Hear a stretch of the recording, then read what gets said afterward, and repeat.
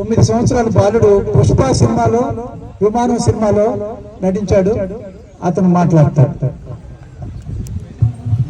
Stage మీద ముందు కూర్చున్న అందరికీ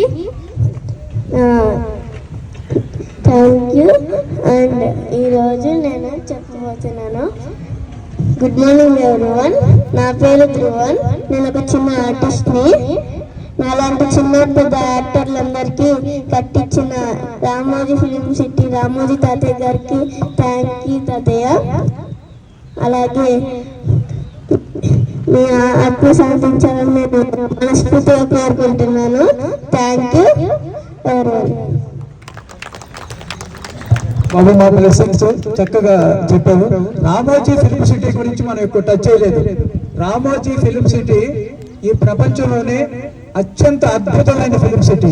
దాంట్లో భారతదేశ సినిమాలే కాక హాలీవుడ్ సినిమాలు కూడా షూట్ చేశారనమాట.